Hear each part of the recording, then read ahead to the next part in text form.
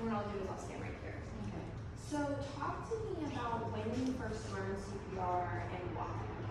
I first learned CPR for an initiative to vaccinate the community against COVID-19, and I learned it about March of 2019.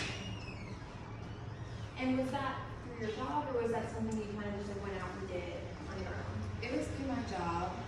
It was the first class of pharmacy technicians to be authorized to give vaccines, and so I was a part of that first initiative.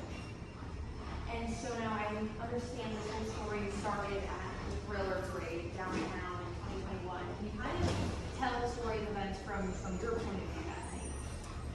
Yeah, so there was a crowd that was gathered around Sarah, and of course it sparked my interest to figure out what was going on over there. And so I walked over to her, and she was laying down on the ground and she wasn't breathing. So there was a lady that was trying to give aid, but she didn't really know what to do for Sarah, so I took over and I started giving directions to her and doing crowd management.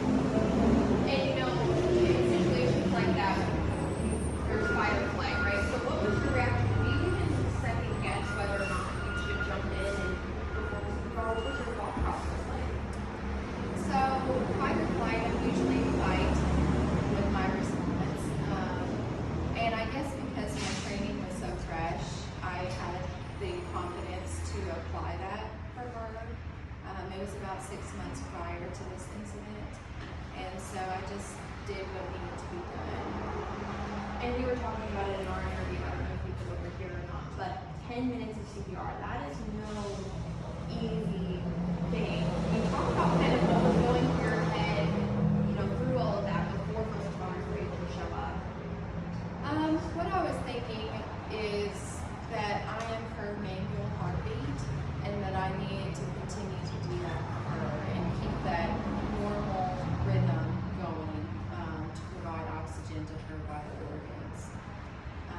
And crowd management, so I had to, decompress others with their stress and make sure that I was giving Sarah what she needed. You know, this story is really a prime example of this initiative that your Heart Association is doing in partnership with the Lexington Fire Department, and why people should learn CPR for moments like this. So what do you want to say to people who have never been CPR certified or learned CPR and are kind of on the fence, like, oh, I don't really need to? I think that you should learn it. You never know when you will need to apply it, and I think being taught by first responders such as the fire department, I think you're learning from the best. And so that way, whenever you do have to apply it, you're ready. Is there anything else that you want to say on this that you think we kind of maybe missed as part of this story? I don't think so. Okay. Is there anything you think?